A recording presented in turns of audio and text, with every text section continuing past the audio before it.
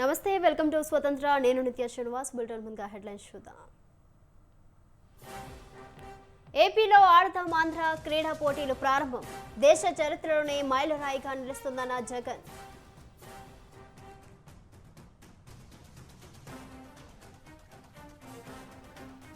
రేపు సింగరేణి గుర్తింపు సంఘం ఎన్నికలు. పోటీలో 13 కార్మిక సంఘాలు.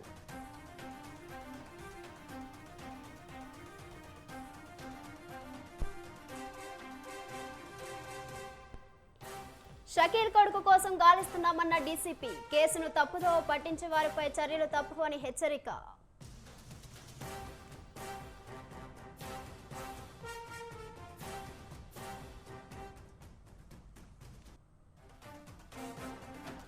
సన్బర్న్ ఈవెంట్ రద్దు చేసుకున్న నిర్వాహకులు. బుక్ మై షోలో కనిపించిన ఈవెంట్.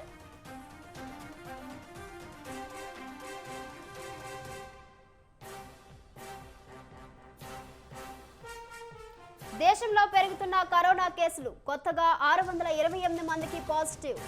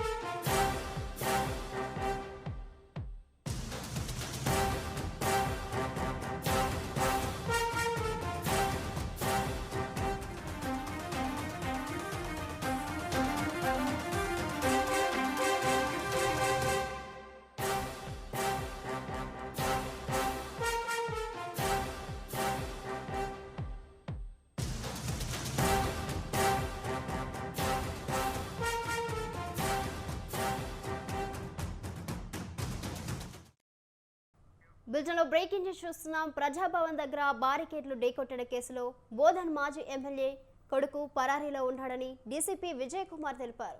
నిందితుడు సోహెల్ కోసం గాలిస్తున్నామని చెప్పారు.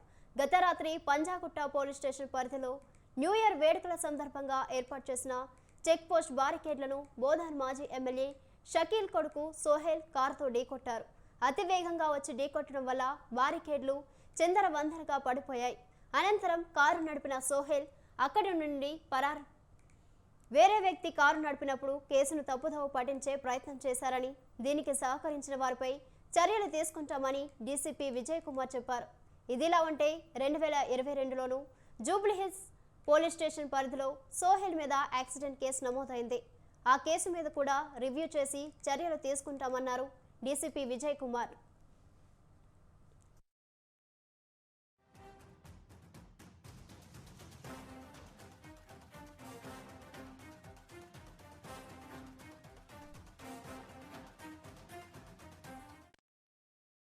దీనిపై మరింత సమాచారం మా ప్రతినిధి ఉషా ఫోన్ లైన్ లో అందిస్తారు. ఉషా, నిత్య బోధన్ మాజీ ఎమ్మెల్యే షకీల్ కుమారుడు మొన్న రాత్రి ఏదైతే 23వ తారీఖు రాత్రి ప్రజా దర్బార్ ఏదైతే ఉందో దాని వద్ద ఉన్నటువంటి ప్రజాభవన్ ఏదైతే ఉందో దాని వద్ద ఉన్నటువంటి బారికేడ్స్ ఢీకొట్టినాడు. దీనికి సంబంధించి ఏదైతే డ్రంక్ అండ్ డ్రైవ్ కేసును నమోదు చేశారు పోలీసులు. కానీ కేసు ఎక్కడా కూడా నమోదు కాలేదు. ప్రస్తుతం చూసుకున్నట్టయితే ఇతను పరారీలో ఉన్నట్టుగా ఇప్పటికే పోలీసులు గుర్తించారు. కాసేపటి క్రితమే దీనికి సంబంధించి west zone DCP Vijay Kumar కూడా ర్యాష్ డ్రైవింగ్ చేసినట్టుగా దర్యాప్తు వేగవంతం చేశామన్న కోణంలోనే పేర్కొన్నారు. ఈ కేసులో ఎవరున్నా కూడా ఉపేక్షించేది లేదు అన్న కోణంలో చెప్పారు. ప్రజాభవన్ వద్ద ఏర్పాటు చేసినటువంటి బారికేడ్స్ ఏవైతే ఉన్నాయో అతివేగంగా వచ్చినటువంటి BMW కార్ తో ఢీకొట్టడం జరిగింది. ఇందులో 2 యువకులతో పాటు 3 యువతులు ఉన్నట్టుగా గుర్తించాము అన్న కోణంలోనే విజయ్ కుమార్ పేర్కొన్నారు. ప్రస్తుతం వీరంతా కూడా స్టూడెంట్స్ గా గుర్తించామన్నారు. అలాగే ఈ సోహెల్ ఎవరైతే ఉన్నారో బోధన్ ఎమ్మెల్యే షకీల్ కుమారుడు సోహెల్ పైన గతంలో కూడా రోడ్ నెంబర్ ఏదైతే జూబ్లీ హిల్స్ రోడ్ నెంబర్ 45 లో కూడా ఒక యాక్సిడెంట్ కేసులో చిన్నారి మృతి చెందింది. ఈ కేసులో కూడా అప్పటి ప్రభుత్వం ఈ కేసుని తారుమారు చేసింది. మొత్తం మీద ఇప్పుడు కూడా చూసుకున్నట్టయితే ఈ కేసుకి సంబంధించి కూడా లోయర్ ఏదైతే కింది స్థాయి అధికారులు ఎవరైతే ఉన్నారో వీరందరూ కూడా ఈ కేసుని తప్పించాలి అన్న కోణంలోనే షకీల్ కుమారుడిని సేఫ్ జోన్ లో పెట్టాలన్న కోణంలోనే ఇతని మీద ఎలాంటి కేసు కూడా ఇప్పటి వరకు నమోదు చేయలేదు. కానీ కాసేపటి క్రితమే డీసీపీ విజయ్ కుమార్ దీని మీద కామెంట్స్ చేయడంతో వెంటనే రంగంలోకి దిగినటువంటి ఏదైతే హైదరాబాద్ సిపి ఇచ్చినటువంటి ఆదేశాల మేరకు వెంటనే బోధన్ ఎమ్మెల్యే షకీల్ కుమార్ మీద కేసులు అయితే నమోదు చేశారు. ప్రస్తుతం చూసుకున్నట్టయితే అతని షకీల్ ఏదైతే సోహెల్ డ్రైవర్ ఎవరైతే ఉన్నాడో అతను ఈ యాక్సిడెంట్ చేసినట్టుగా ఒప్పుకొని అతని మీద కేసు మోపుతున్నారు. కానీ మొత్తం ఈ ఉదంతం మొత్తంలో కూడా చూసుకున్నట్టయితే సోహెలే దీనికి ప్రధాన కారణము. ఇతనే ఆ రోజు డ్రైవింగ్ చేస్తున్నాడు. ఆ బారికేడ్స్ ఏవైతే ఉన్నాయో వాటన్నిటిని కూడా ధ్వంసం చేసింది ఈ వ్యక్తి అన్న కోణంలోనే సీసీ కెమెరా ఫుటేజెస్ ని అన్నింటినీ కూడా పక్కా ఆధారాలు అయితే సేకరించారు పోలీసులు. ప్రస్తుతం చూసుకున్నట్టయితే ఈ కేసుకి సంబంధించి బోధన్ ఎమ్మెల్యే షకీల్ కుమార్ ని తప్పించాలి అన్న కోణంలో ప్రయత్నం చేసినటువంటి సిఐ అలాగే కానిస్టేబుల్స్ ఎస్హెచ్ఓస్ ఎవరైతే ఉన్నారో వారందరి పట్ల కూడా డిపార్ట్మెంట్ సీరియస్ గా ఉన్నట్టుగా తెలుస్తుంది. సిపి ఇచ్చినటువంటి ఆదేశాల మేరకు ఈ కేసుకి సంబంధించి గతంలో సోహెల్ తప్పించుకోవచ్చు, కానీ ఈసారి మాత్రం ప్రజాధనాన్ని దుర్వినియోగం చేశారు. అలాగే ప్రజాధనాన్ని ఏదైతే బారికేడ్స్ ఏదైతే ప్రజా దర్బార్ దగ్గర ఉన్నటువంటి బారికేడ్స్ ఏదైతే ఉన్నాయో వాటన్నిటిని కూడా ధ్వంసం చేశారు. గతంలో ఉన్న కేసులు కూడా తిరగదీసే అవకాశం ఉంటుంది కాబట్టి సోహెల్ చుట్టూ కూడా ఇప్పుడు ఉచ్చు బిగిస్తుంది అనేసి తెలుస్తోంది. నిత్య రైట్ విషా, థ్యాంక్ యూ.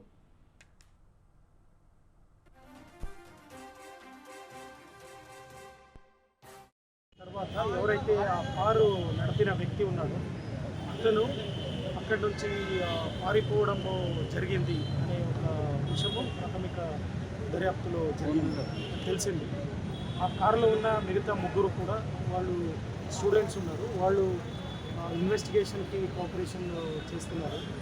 ఇప్పుడు ఆ కారులో అతివేగంగా కార్ని డ్రైవింగ్ చేసి ఆ ప్రమాదానికి కారణమయ్యి తర్వాత అక్కడి నుంచి పారిపోవడమే కాకుండా పోలీసు కస్టడీ నుంచి తర్వాత పోలీసు దర్యాప్తుని దిక్కు తప్పించడానికి ఉద్దేశపూర్వకంగా వాళ్ళ ఇంట్లో పనిచేసే ఒక సంబంధం లేని ఒక వ్యక్తిని, డ్రైవింగ్ చేసే వ్యక్తిని తీసుకువచ్చి పోలీసు ముందు తప్పుడు సమాచారం ఇచ్చి పోలీసు దర్యాప్తుని కూడా దిక్కు తప్పించడానికి ప్రయత్నం చేసిన వ్యక్తి రాహిల్ అనే ఏదైతే వ్యక్తి ఉన్నాడో అతను నిజామాబాద్ జిల్లా బోధన్ నియోజకవర్గం మాజీ ఎమ్మెల్యే షకీల్ కొడుకు అని తెలిసింది.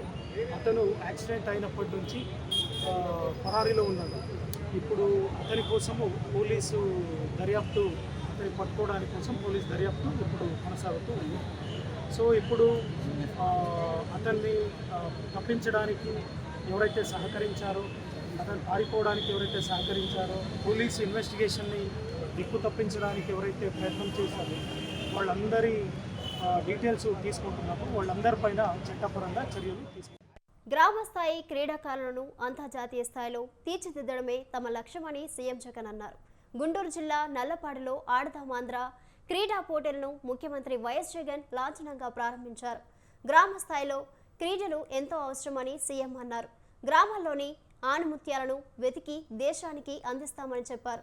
47 రోజుల వరకు ఊరూరా పోటీలు జరుగుతాయన్న సీఎం వ్యాయామం వల్ల బీపీ, డయాబెటిక్ వంటివి అదుపులో ఉంటాయని చెప్పారు.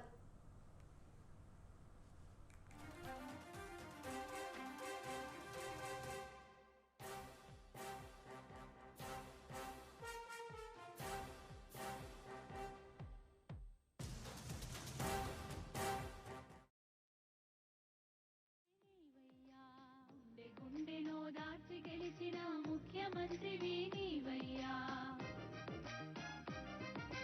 కొత్త కాదు నీకే పోరాటం, నీతో ఎప్పుడు మేముంటాం. జనం బిడ్డవై నీవుంటే జగన్ బిడ్డలం మేమంటాం, జగన్ బిడ్డలం మేమంటాం. రణ జన్మే నీది, కారణ జన్మే నీది, రణ జన్మే. ఈ క్రీడా సంబరాలు దేశ చరిత్రలోనే ఒక మైలురాయిగా నిలబడిపోతుంది అని కూడా చెప్పడానికి గర్వపడతా ఉన్నా. ఈ రోజు నుంచి జరిగే ఈ కార్యక్రమం మరో 47 రోజుల పాటు ఫిబ్రవరి 10వ తారీఖు దాకా ఊరూరా కూడా పండుగ వాతావరణంలో జరుగుతుంది. ఇది అందరూ కూడా పాల్గొనే ఒక గొప్ప పండుగగా కూడా హిస్టరీలో నిలబడిపోతుంది. ఈ కార్యక్రమం ద్వారా 2 ప్రధానమైన ఉద్దేశాలు రాష్ట్ర ప్రభుత్వం గట్టిగా అచీవ్ చేయాలని చెప్పి ప్రయత్నం చేస్తూ ఉంది. ఒకటి, ప్రతి ఊరిలోనూ జరిగే ఈ కార్యక్రమం ప్రతి ఊరిలోనూ కూడా వ్యాయామం వల్ల, స్పోర్ట్స్ వల్ల ప్రతి మనిషికి ఆరోగ్యపరంగా ఎంత మేలు జరుగుతుంది, ఇది ఎంత అవసరము అన్న విషయాలను ప్రతి గ్రామంలోనూ కూడా ఒక అవేర్నెస్ క్యాంపెయిన్ మాదిరిగా క్రియేట్ కావడానికి ఇది ఉపయోగపడుతుంది.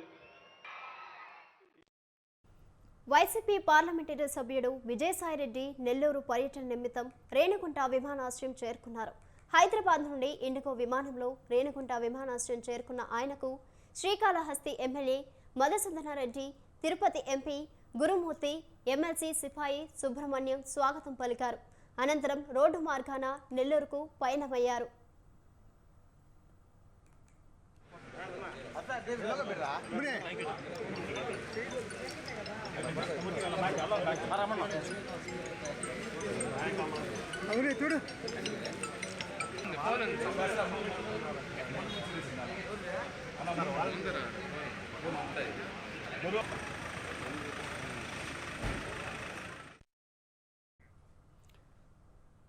రేపటి సింగరేణి సమరానికి సర్వం సిద్ధమైంది. గుర్తింపు సంఘం ఎన్నికలకు అంతా రెడీ అయింది. రీజనల్ లేబర్ కమిషనర్, సింగరేణి ఎన్నికల అధికారి శ్రీనివాసులు ఆదేశాల మేరకు బుధవారం 11 ఏరియాలో పోలింగ్ నిర్వహించేందుకు యంత్రాంగం సన్నద్ధమైంది. 84 పోలింగ్ కేంద్రాలను ఏర్పాటు చేసింది. ఈ ఎన్నికల్లో 13 కార్మిక సంఘాలు పోటీ చేస్తుండగా సర్వత్రా ఉత్కంఠ నెలకొంది.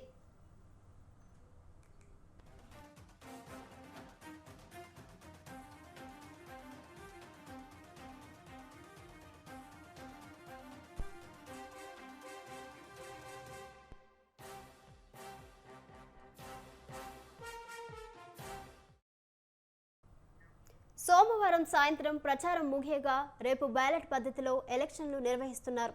ఉదయం 7 నుంచి సాయంత్రం 5 గంటల వరకు పోలింగ్ నిర్వహించేందుకు ఏర్పాట్లు పూర్తయ్యాయి. అదే రోజు రాత్రి 7 గంటలకు ఓట్ల లెక్కింపు అనంతరం ఫలితాలు వెలువడనున్నాయి. మొత్తం 11 ఏరియాల పరిధిలో 39,773 మంది కార్మికులు తమ ఓటు హక్కు వినియోగించుకోనున్నారు. ఇందుకు సంబంధించిన అన్ని ఏర్పాట్లు చేశారు. మొత్తం 84 పోలింగ్ కేంద్రాలు ఏర్పాటు చేశారు.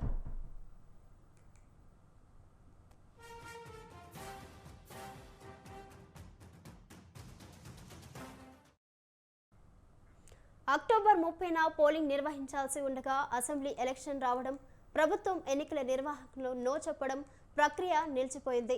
హైకోర్టు ఆదేశాలతో రేపు ఎన్నికలు జరగనున్నాయి. చివరిసారిగా 2017లో ఎన్నికలు జరగగా గెలుపొందిన యూనియన్ కాలపరిమితి 2017 అక్టోబర్తో ముగిసింది. రేపటి ఎన్నికల కోసం సర్వం సిద్ధం చేస్తున్నారు.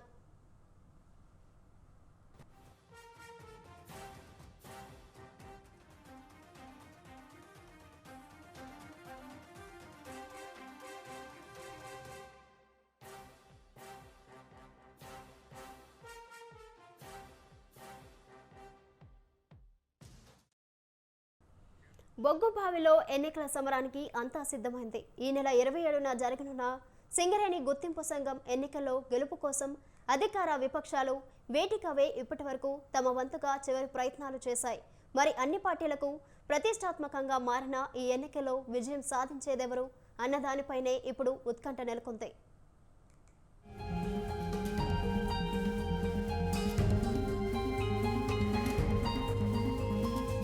తెలంగాణ అంతటా విద్యుత్ వెలుగులు నింపడంలో అత్యంత కీలకమైనది సింగరేణి. మరి ఇలాంటి సంస్థ ఎన్నికలంటే వ్యవహారం మామూలుగా ఉండదు కదా. సరిగ్గా ఈసారి కూడా ఇదే మాదిరిగా నడిచింది. రాష్ట్ర హైకోర్టు గ్రీన్ సిగ్నల్ ఇవ్వడంతో ఈ నెల 27న సంస్థ గుర్తింపు సంఘం ఎన్నికలు జరగనున్నాయి. ఇందుకోసం మొత్తం 13 సంఘాలు బరిలో నిలిచాయి.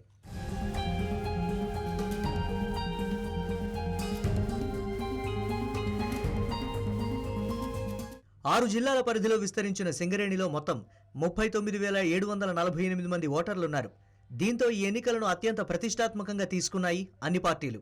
పైగా ఇటీవల తెలంగాణలో అధికారం కూడా మారడంతో సింగరేణిపై పట్టు ఎవరికి చిక్కుతుందన్న దానిపై పెద్ద ఎత్తున చర్చలు జరుగుతున్నాయి.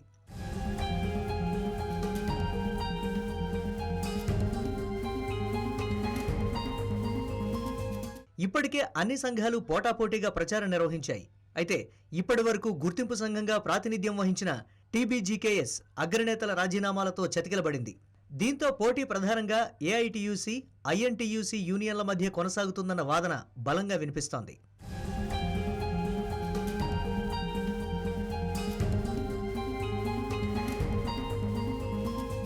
ఇప్పటికే తమ వంతు ప్రయత్నాలు జోరుగా చేశాయి రాజకీయ పార్టీలు, గుర్తింపు సంఘాలు.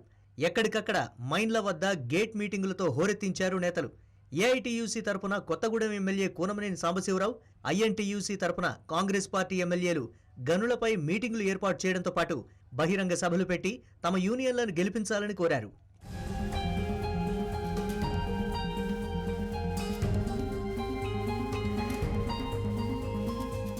రాష్ట్రంలో కాంగ్రెస్ ప్రభుత్వం ఏర్పడడంతో సింగరేణిలో సైతం కాంగ్రెస్ అనుబంధ సంఘమైన ఐఎన్టీయూసీని గెలిపించుకోవాలని హస్తం పార్టీ భావిస్తోంది.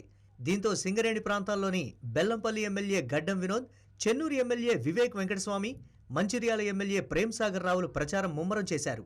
27,000 కోట్ల రూపాయలు రాష్ట్ర ప్రభుత్వం అప్పుడు కేసీఆర్ గారు ఇతర వారి బకాయిలు ఉన్నాయో ఈ సింగరేణి సంస్థకు వాపస్ తీసుకొచ్చే బాధ్యత కూడా కాంగ్రెస్ పార్టీది ఉందని చెప్పి ఆ రోజులలో చెప్పడం జరిగింది. ఈ నిధులు వస్తే మన కొత్త బాయిలకు ఒక అవకాశం ఉంటుంది.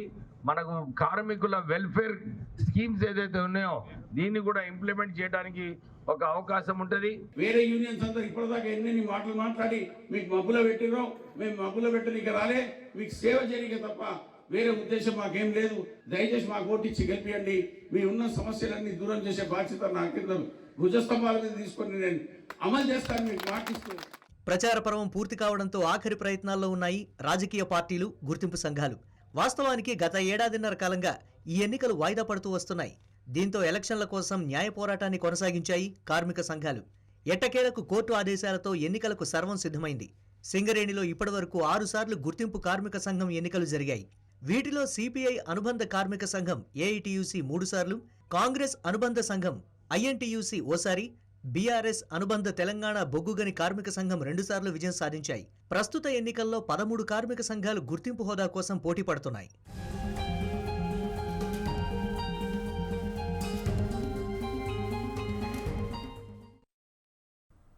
తెలుగు రాష్ట్రాల్లో ఉష్ణోగ్రతలు రోజురోజుకు పడిపోతున్నాయి. చలితో ప్రజలు వణికిపోతున్నారు. అదే సమయంలో దట్టమైన పొగమంచు కారణంగా రోడ్లపై రాకపోకలకు ఇబ్బందిగా మారుతుంది. శంషాబాద్ విమానాశ్రయంలో ఉదయం దట్టమైన పొగమంచు కమ్ముకుంది. విమానాశ్రయంలో తీవ్రమైన పొగమంచు కారణంగా పలు విమానాలు రద్దయ్యాయి. ఫ్లైట్లకు రన్వే కనిపించకపోవడంతో అప్రమత్తమైన ఎయిర్ ట్రాఫిక్ కంట్రోల్ అధికారులు విమానాలను నిలిపివేశారు.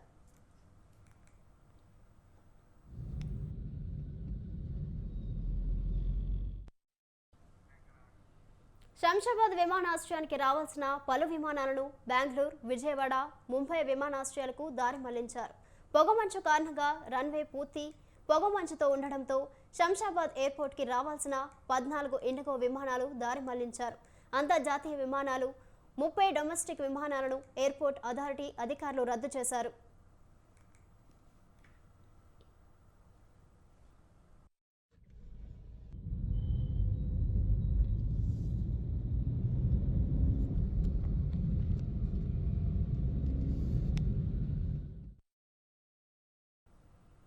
ములుగు జిల్లా తాడ్వాయి మండలం మేడారం సమ్మక్క సారలమ్మ వనదేవతల్ని దర్శించుకున్నారు పంచాయతీరాజ్, శిశు సంక్షేమ శాఖ మంత్రి ధనసరి అనసూయ. వచ్చే ఏడాది ఫిబ్రవరి 21 నుండి 24 వరకు నిర్వహించనున్న జాతర పనులన్నీ సీతక్క పరిశీలించారు. 75 కోట్ల రూపాయలతో చేపట్టనున్న పనులు ప్రగతిపై ఆరా తీశారు.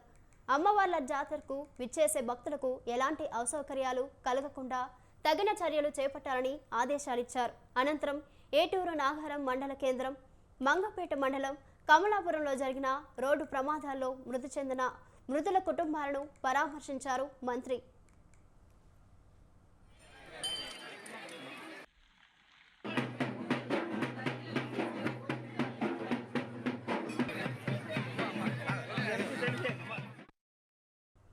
ఆసియాలోని అతిపెద్ద గిరిజన జాతరగా పేరున్న మేడారంకు పర్యాటకులు పెరుగుతున్నారు. వరుసగా 3 రోజుల పాటు సెలవులు రావడంతో రాష్ట్రంలోని నలుమూలల నుంచి పర్యాటకులు ములుగు జిల్లా పర్యాటక ప్రాంతాల అందాలను వీక్షించేందుకు కుటుంబ సమేతంగా తరలివస్తున్నారు. తాడ్వాయి మండలంలోని సమ్మక్క సారలమ్మ జాతరకు పరిసర ప్రాంతాలు కిక్కిరిసిపోయాయి. పర్యాటకులు, భక్తులు వేలాదిగా తరలివచ్చారు. సమ్మక్క సారలమ్మల గద్దెల వద్ద భక్తులు సంప్రదాయ పద్ధతిలో పూజలు చేసుకుంటూ కనిపించారు. మరో 2 రోజుల పాటు ఇదే రకమైన రద్దీ కనిపించనుంది. దీంతో అధికారులు అప్రమత్తమైంది. భక్తుల సౌకర్యాలపై ప్రత్యేక దృష్టి సారించింది. దీనిపై మేడారం జాతరపై మా వరంగల్ రెస్పాండెంట్ సుధాకర్ మరింత సమాచారం అందిస్తారు.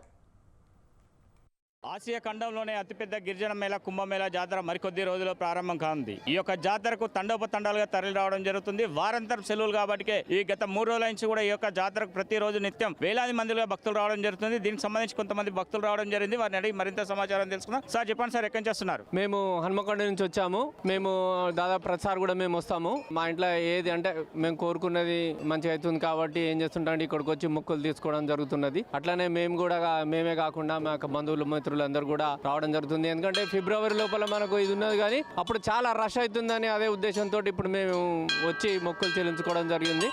మాకెంత సంతోషంగా ఉంది. ఇంకోటి ఏంటంటే దినదినంగా మన సమ్మక్క సారక్క ఆశాఖండంలోనే చాలా అతిపెద్ద గిరిజన జాతరగా అభివృద్ధి చెందుతూ ఉంది. అదేంతో చాలా సంతోషకరం.